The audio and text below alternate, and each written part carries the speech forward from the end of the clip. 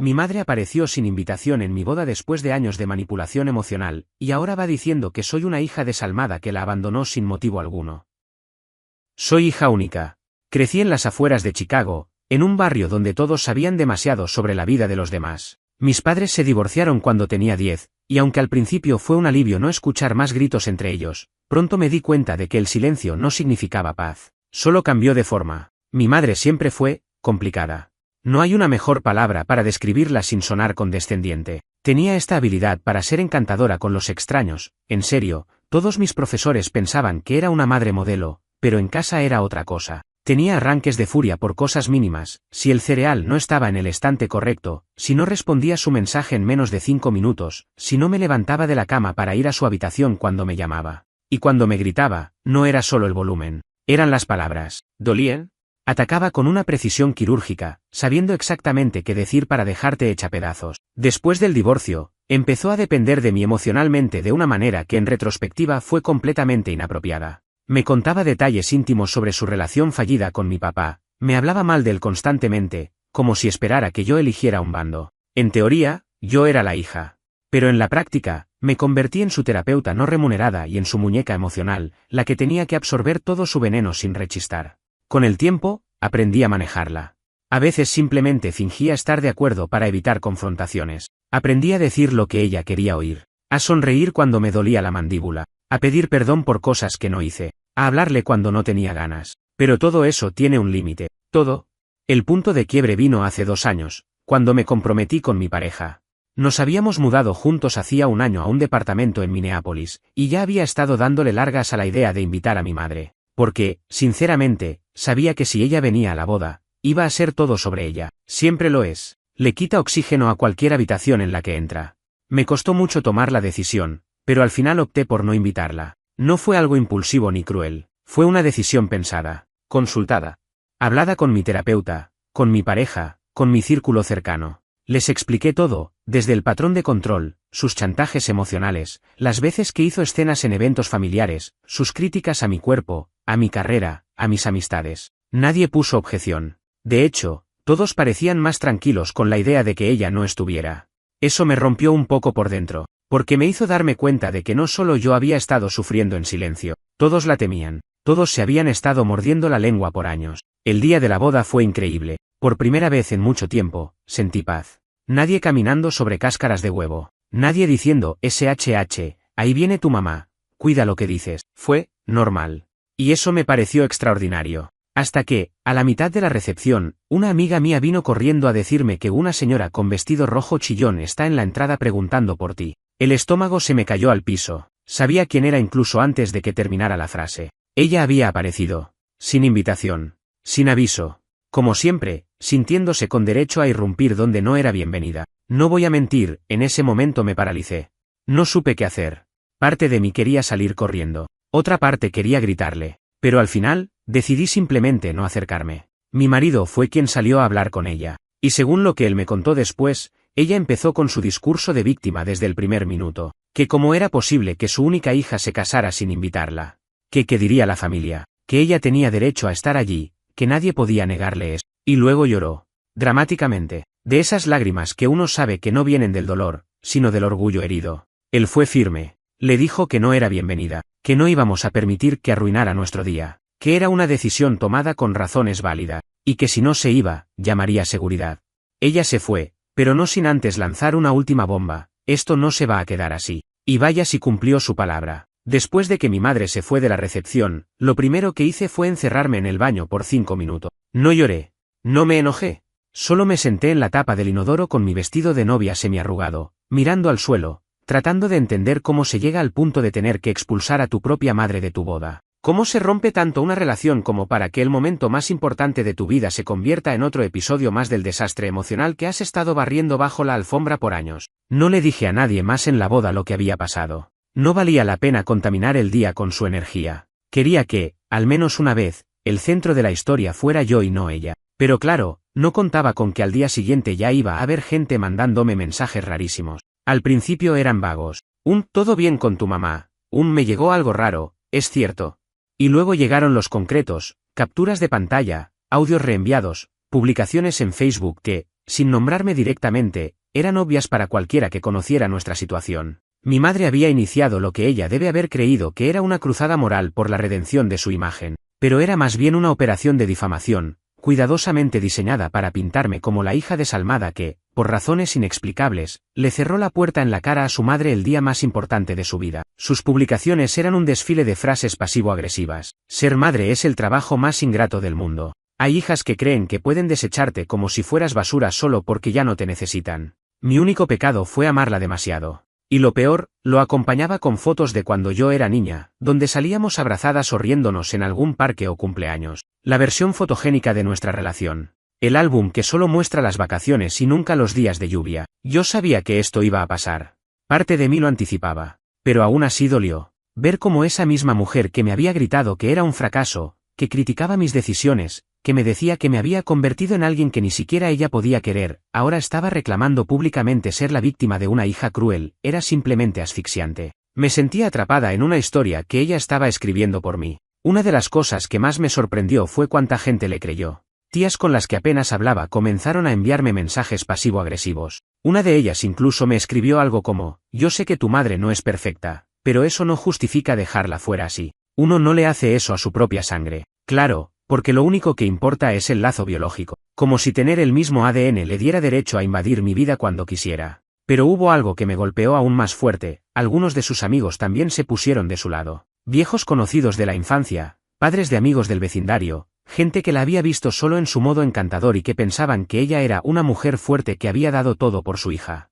Y sí, claro que fue fuerte. Lo suficientemente fuerte para aplastar cualquier intento mío de independencia emocional durante más de una década. Lo más repulsivo de todo esto fue que empezó a sugerir, en voz baja, que mi pareja me había lavado el cerebro, que yo no era así antes, que él me había alejado de ella, que me controlaba, como si ella no hubiera estado manipulando cada aspecto de mi vida desde que tengo memoria. Empezó a presentarse como una madre preocupada, marginada por una relación tóxica. No tenía pruebas de nada, pero poco le importaba. Incluso se contactó con mi suegra. No lo supe hasta después, pero le mandó un mensaje larguísimo diciéndole que ella estaba muy preocupada por mi estabilidad y que notaba un patrón de aislamiento. Fue tan convincente que mi suegra me llamó, preocupada. Me pidió que por favor le explicara qué estaba pasando. Ahí fue cuando entendí que esto ya no era solo un berrinche. Era una guerra silenciosa, meticulosa, una campaña de desgaste. No le bastó con aparecer sin invitación. Ahora quería arrastrarme públicamente. Y por alguna razón, yo aún no había explotado. Seguía intentando mantener el control.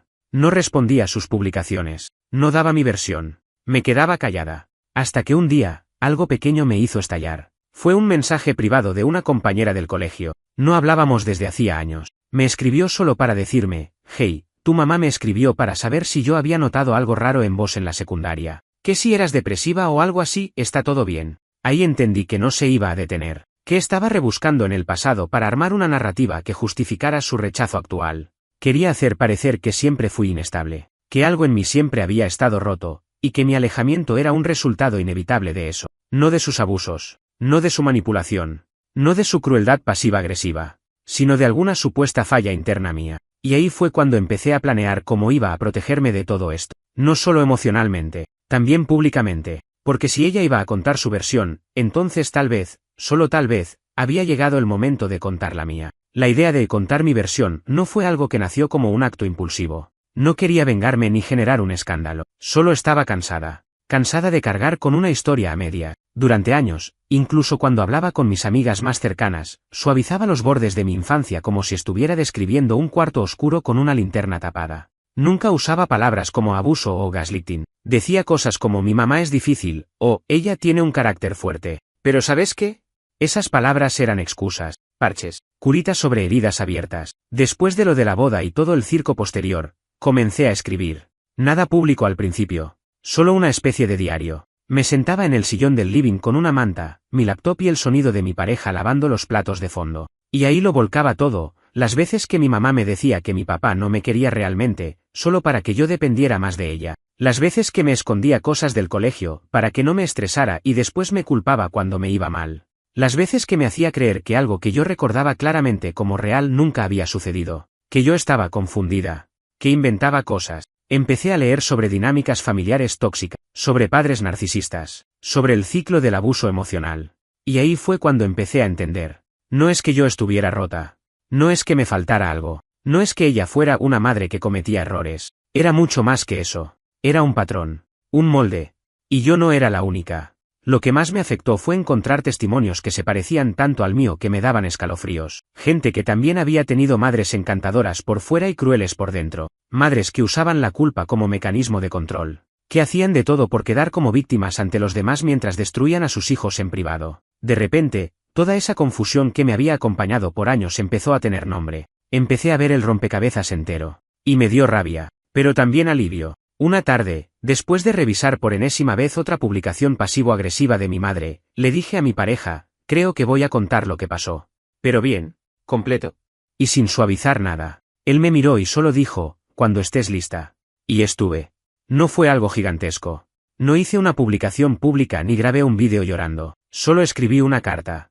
Una muy larga. Detallada. Sin rencor, pero sin filtros. Hablé de los insultos, de las manipulaciones, de cómo me hacía sentir responsable de su felicidad desde que tenía 9 años, de cómo usaba mis logros para presumir, pero nunca los celebraba realmente, de cómo criticaba cada pareja que tenía porque nadie iba a amarme como ella. Y lo envié a la gente que me había preguntado, a mis tías, a mi suegra, a los pocos amigos del pasado que habían caído en su narrativa, no con ánimo de enemistar a nadie, sino con la simple intención de dejar las cartas sobre la mesa. La reacción fue, extrañamente silenciosa. No recibí una avalancha de respuestas. Pero con el correr de los días, noté algo, dejaron de compartir sus publicaciones. Dejaron de comentar en sus estados llorones. Algunos incluso me pidieron disculpas. Una tía, la más insistente al principio, me mandó un mensaje corto, no sabía. ¿Perdón? Y fue ahí cuando lo entendí. Muchos de ellos habían creído su versión porque no conocían otra. Porque yo, como muchos hijos de madres así, me había entrenado a no hablar. A protegerla. A fingir que todo estaba bien. A ser la buena hija que entendía que su madre tenía problemas, pero igual la amaba. Porque si contaba la verdad, parecía cruel, ingrata, exagerada. Pero ya no más. Una de las cosas más difíciles fue aceptar que nada de esto iba a cambiarla. Que incluso si todo el mundo supiera la verdad, ella seguiría creyendo su propia historia. Porque para mi madre, cualquier cosa que no la haga quedar como la víctima automáticamente es una mentira. Y entonces pasó algo que todavía no sé cómo procesar del todo. Una prima mía, bastante cercana a mi edad, me escribió una noche. Solo me puso, gracias por contar todo. Yo viví algo parecido con la mía. Y después de eso, abrió su historia. Su madre, hermana de la mía, había tenido un comportamiento parecido. Más sutil, pero igual de destructivo. Ella también había crecido sintiéndose culpable por tener vida propia. Y también había estado en silencio por años. Ahí me di cuenta de que lo que había hecho no solo había sido por mí. Había abierto una grieta en una pared que todos pensaban que era de concreto. Y otras personas estaban empezando a mirar por esa grieta. A revisar sus propias heridas. Obvio, todo esto tuvo consecuencias. Mi madre se enteró. No tengo pruebas concretas de cómo, pero supongo que alguien le mostró el texto. Y, por supuesto, explotó. Me llamó 40 veces en una noche. Me escribió textos larguísimos, algunos suplicando, otros insultándome. Me dijo que la había traicionado públicamente, que ahora nadie quiere hablar con ella, que yo destruí su reputación. Y ahí fue cuando hice algo que nunca antes me había animado a hacer, la bloqueé. Teléfono, WhatsApp, redes, todo. Fue como cerrar una puerta que llevaba abierta 28 años, y al hacerlo, no sentí culpa. No sentí vacío. Sentí espacio, silencio, libertad.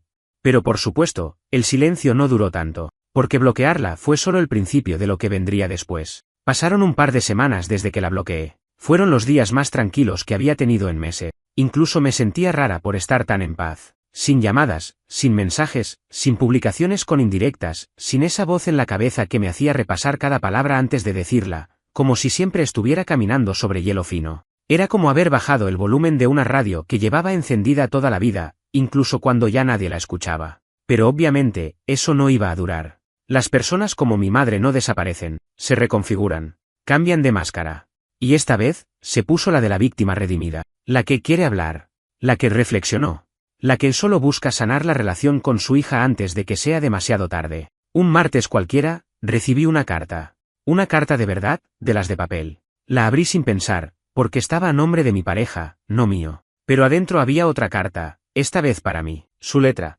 inconfundible. Era una obra de teatro con estructura de disculpa, pero sin ninguna disculpa real. Me llamaba mi pequeña al principio, como si todavía tuviera 5 años, y desde ahí, Todo era una lista de cosas que lamentaba si me habían hecho sentir mal, como si las cosas simplemente hubieran sucedido por accidente. No hubo una sola línea reconociendo que su comportamiento fue intencional, hiriente o manipulador. Solo frases ambiguas que la mantenían como protagonista de su narrativa preferida: soy una madre que hizo lo mejor que pudo. Después venía lo importante, el pedido de hablar. Me ofrecía reunirnos a tomar un café en un lugar que solíamos visitar cuando yo era adolescente, como si el simbolismo bastara para anular todo lo que había hecho. Decía que el pasado no podía cambiarse, pero el futuro sí, y que quería abrazarme de nuevo. No respondí. Ni por carta. Ni con otra acción. No me interesaba una reconciliación basada en palabras vacías. Lo que yo necesitaba no era una madre que fingiera estar bien por unas horas para después volver a su veneno habitual. Lo que yo necesitaba era que, por primera vez, alguien admitiera todo lo que me hizo sin matices, sin peros, sin teatro. Algunos días después, la carta empezó a circular. Sí, tal como lo estás leyendo. Me enteré por una amiga de la familia que mi madre había reenviado copias de esa misma carta a varias personas, como si fuera un manifiesto. Como si quisiera mostrarle al mundo que ella sí intentó y que yo fui la que la dejó afuera.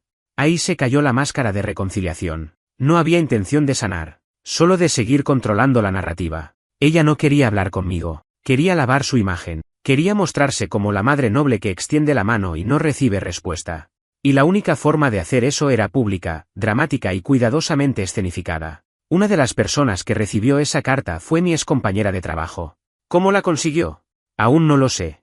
Pero lo que sí sé es que en cuanto se enteró de que yo me había casado, tuvo que hurgar en todos los rincones posibles para encontrar a quien presionar. Esa excompañera me escribió muy confundida: ¿tu mamá está bien? Me mandó una carta hablando de vos, pero no entiendo por qué me llegó. Yo tampoco.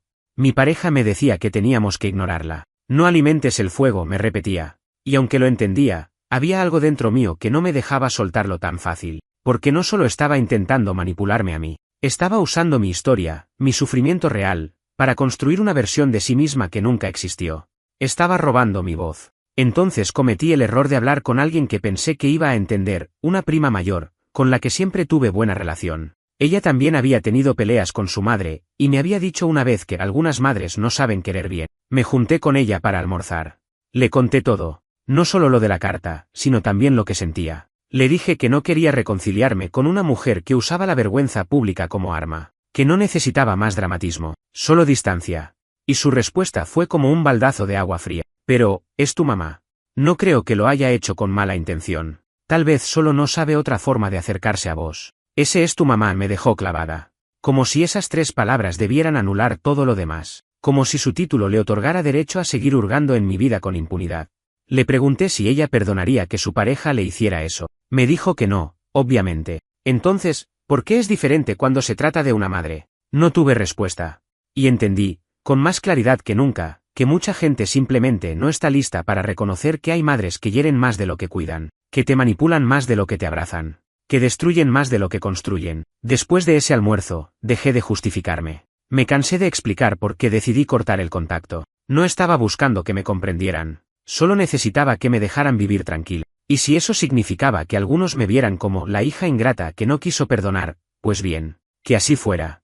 Un par de semanas después, mi pareja recibió otra carta. Esta vez más corta. Decía algo así como: si ella no me responde, espero que al menos tú tengas la decencia de convencerla. Sé que aún queda algo bueno en ella. Eso me hizo reír. Por primera vez, me reí. Porque era exactamente eso lo que nunca había querido ver, que siempre creyó que lo bueno en mí era lo que se le parecía, y lo malo, lo que se alejaba de su control.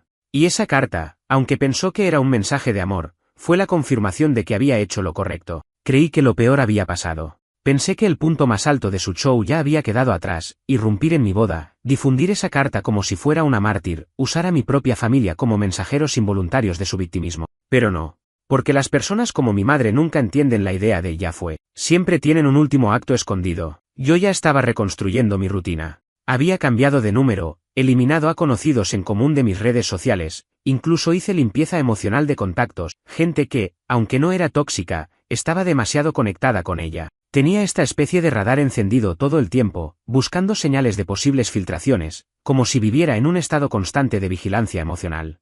Y me había prometido que si volvía a aparecer, no iba a caer en el juego, no iba a responder, no iba a quebrarme. Entonces llegó el evento de trabajo. Uno importante, Una feria empresarial en la que mi empresa tenía un stand destacado y donde yo tenía que dar una pequeña charla sobre estrategias de comunicación interna. Nada demasiado formal, pero lo suficiente como para tener un público. Estaba nerviosa. Era mi primera exposición frente a colegas después del caos posboda. Era una especie de vuelta oficial a mi vida, sin el ruido de fondo que mi madre había instalado. La charla fue bien, mejor de lo que esperaba. Pero cuando bajé del escenario y empecé a caminar por entre los pasillos del salón de convenciones, me encontré con una cara que me dejó congelada, una conocida de mi madre. Una mujer que yo no veía desde la secundaria, pero que recordaba perfectamente. Era una de esas amigas que mi madre siempre usaba para validarse. Mira lo que dice Laura de mí, solía decir. Ella sí entiende lo difícil que es ser madre sola. Ella me sonrió, como si no hubiera pasado nada. Me saludó, me felicitó por mi exposición, y después, con ese tono casual disfrazado de inocente, me soltó: tu mamá me contó que están distanciadas, qué triste, con todo lo que hizo por vos. Pero bueno, seguro ya te diste cuenta sola de lo equivocada que estuviste. Fue como un golpe de aire helado en la cara. Esa mujer había ido hasta ahí, a un evento de trabajo, solo para soltar su comentario envenenado. No tenía ningún otro motivo para estar presente. No trabajaba en el rubro, no tenía empresa ni producto. Y en cuanto le respondí con un seco "no tengo interés en hablar de mi madre", se encogió de hombros y desapareció entre la gente como si nunca hubiera estado. Esa noche, volví a casa con una sensación asquerosa. No por lo que dijo esa mujer, sino por lo que implicaba su presencia. Mi madre seguía buscando formas de colarse en mi vida, como si no pudiera aceptar que ya no tenía acceso, ya no tenía poder. Y en lugar de respetar el límite, había decidido mandar emisarios, pequeños saboteadores disfrazados de casualidad. Y ahí fue cuando me di cuenta de algo que me costó aceptar: esto no iba a terminar nunca. No completamente, porque el tipo de madre que ella es no busca reconciliación, busca control. Y como ya no podía tenerme cerca para manipularme directamente, iba a encontrar maneras de ensuciar todo lo que pudiera a distancia, como esos incendios pequeños que parecen apagados, pero siguen ardiendo debajo de la tierra, esperando que alguien pase cerca para encenderse otra vez. Entonces me senté con mi pareja y le dije lo que había pasado. Y por primera vez, no solo me escuchó. Me propuso algo. Tenemos que hacer lo que nunca hicimos, documentarlo todo. No porque vayamos a demandarla, sino porque necesitamos tener pruebas de cada una de estas cosas por si esto escala. Y eso hicimos. Empezamos a guardar capturas, correos, cartas. Hice una lista con fechas, nombres, comentarios, todo, como si estuviera armando un expediente. No era por paranoia, era por estrategia. Porque entendí que ya no estábamos lidiando con una madre decepcionada. Estábamos frente a alguien que estaba dispuesto a dinamitar mi vida personal, social y laboral solo para seguir apareciendo en el centro del escenario. Unos días después, recibí un correo electrónico. Era anónimo, pero el contenido me hizo saber de inmediato de dónde venía. Decía que yo no era quien decía ser, que había sido una hija cruel, manipuladora, y que probablemente estaba usando mi posición en la empresa para dañar a otras personas como hice con mi madre. No había amenazas directas, pero sí suficiente veneno como para que, si alguien lo tomaba en serio, pudiera afectarme. Se lo mostré a recursos humanos, no porque creyera que me iban a sancionar, sino para protegerme antes de que alguien intentara usarlo en mi contra. Por suerte, mi equipo ya estaba al tanto, en parte, de lo que venía cargando. Y su reacción fue tan firme como tranquilizadora: si vuelve a pasar, avísanos. Y si esta persona intenta acercarse a nuestra oficina o nuestras redes, vamos a actuar legalmente. Me fui a casa ese día con un nudo en la garganta. No de miedo, sino de cansancio. Porque nadie debería tener que protegerse de su propia madre como si fuera una acosadora obsesiva. Nadie debería tener que explicarle al Departamento de Recursos Humanos que el problema no es una expareja, sino una mujer que dice amarte mientras intenta arruinarte la vida por no cederle el control. Y sin embargo, ahí estaba yo, viviendo esa realidad. Esa noche, antes de dormir, le pregunté a mi pareja: ¿qué pasa si un día tenemos hijos y ella aparece de nuevo? Él me miró y dijo algo que se me quedó clavado: no vamos a dejar que esa historia se repita. Lo que estamos cortando ahora, lo estamos cortando por ellos también. Y por primera vez, sentí que tal vez si había algo bueno en todo esto, tal vez, romper con mi madre no era solo salvarme a mí, era evitar que esa cadena se perpetúe. Pero aún faltaba lo peor: el intento de acercamiento final. No con cartas, no con correos, no con amigas, sino en persona, de la manera más invasiva posible. Y eso fue lo que ocurrió una semana después. Una semana después de aquel evento del correo anónimo, cuando ya empezaba a relajarme de nuevo, como si el huracán hubiese seguido de largo por fin, pasó lo que hasta entonces solo había considerado en voz baja como un "no creo que se atreva". Se atrevió.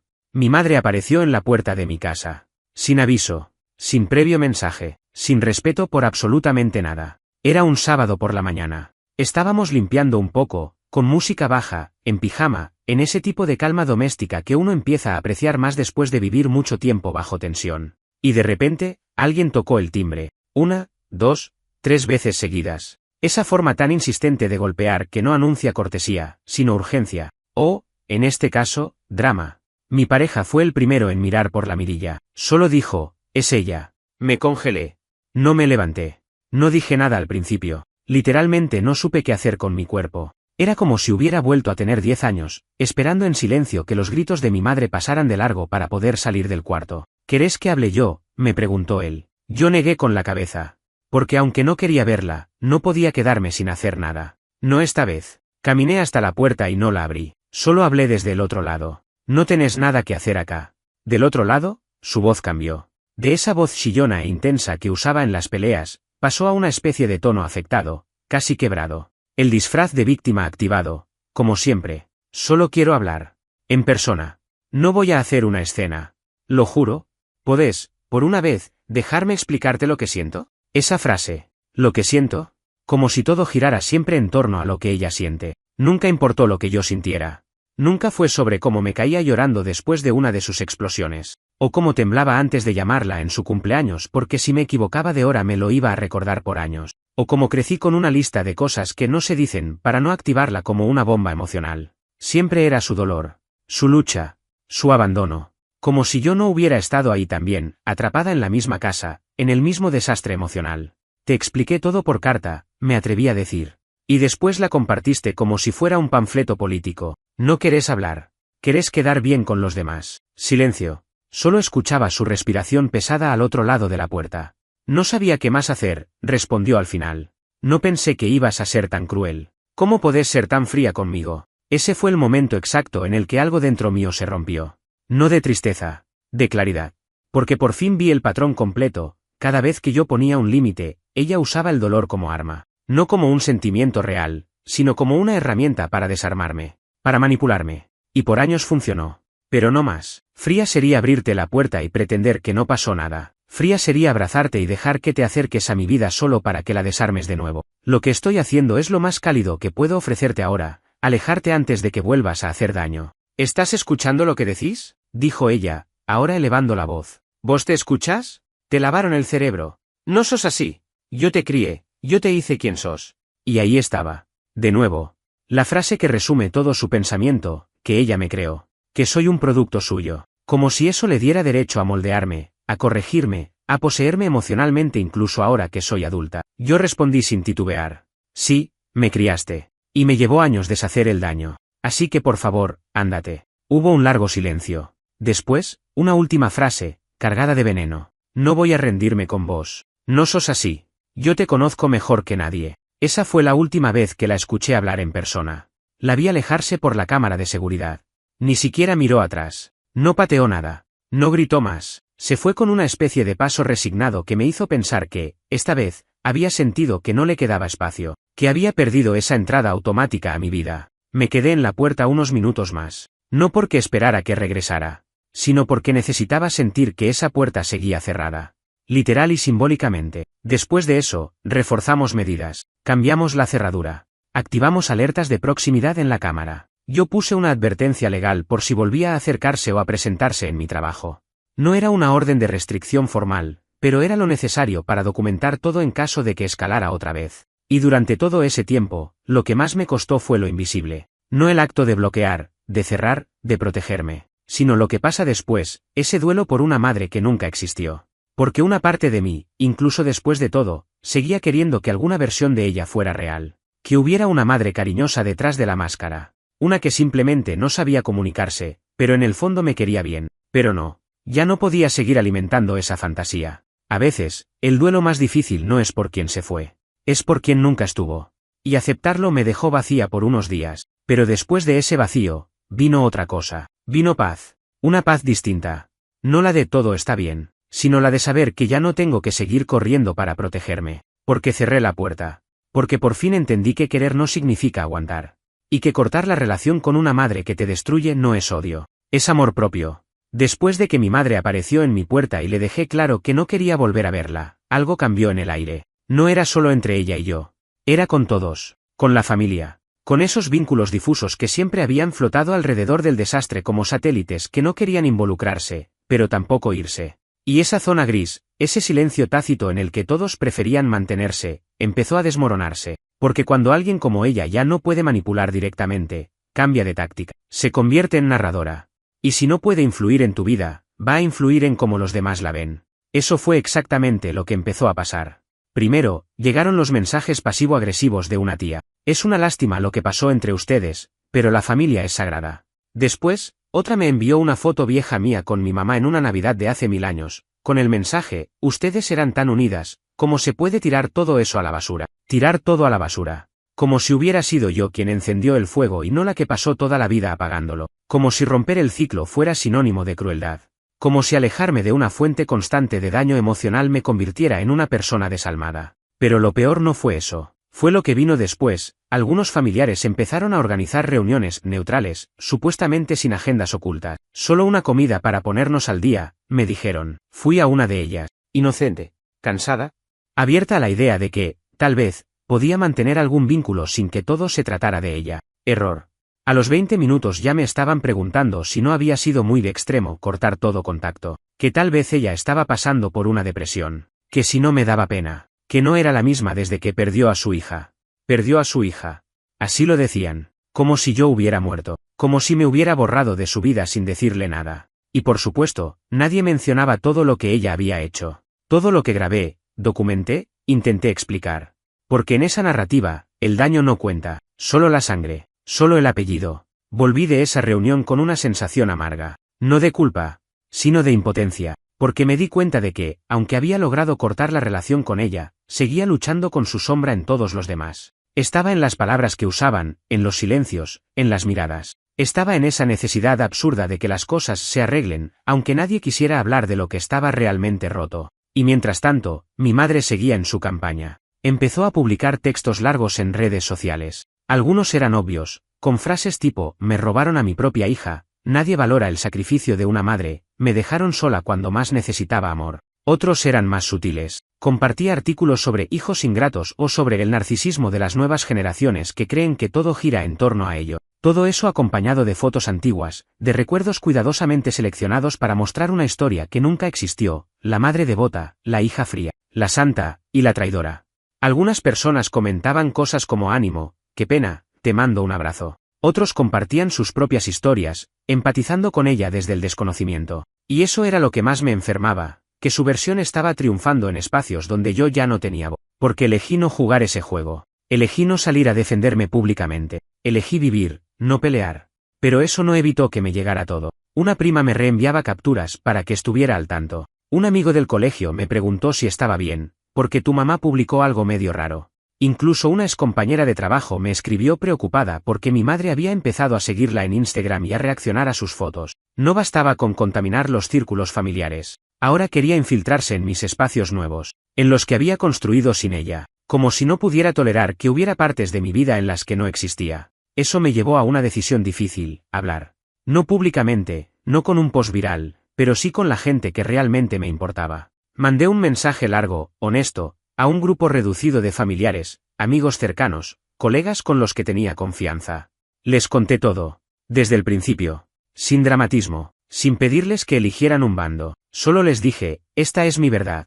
No quiero convencerlos de nada. Solo necesito que sepan que todo lo que estoy haciendo es para protegerme. Porque ya no puedo seguir viviendo en función del que dirán. Si eso significa perder algunos vínculos, prefiero perderlos que seguir masticando veneno en cada reunión. Y las respuestas me sorprendieron. Algunas personas, claro, se alejaron. O no respondieron. O pusieron excusas. Pero otras, las que más valían la pena, me escribieron cosas que todavía releo cuando necesito recordar por qué hice todo esto. No sabía que era tan grave. Te apoyo en lo que decidas. Gracias por compartir esto. Yo también tengo cosas sin hablar con mi mamá. Qué fuerte leerte. No estás sola. Y eso me sostuvo. Porque entendí que parte de romper con alguien tóxico es que vas a perder más de una cosa. No es solo la persona. Es el mundo que giraba alrededor de ella. Los vínculos construidos bajo esa lógica. La red de silencios y apariencias que la sostenían. Y sí, duele.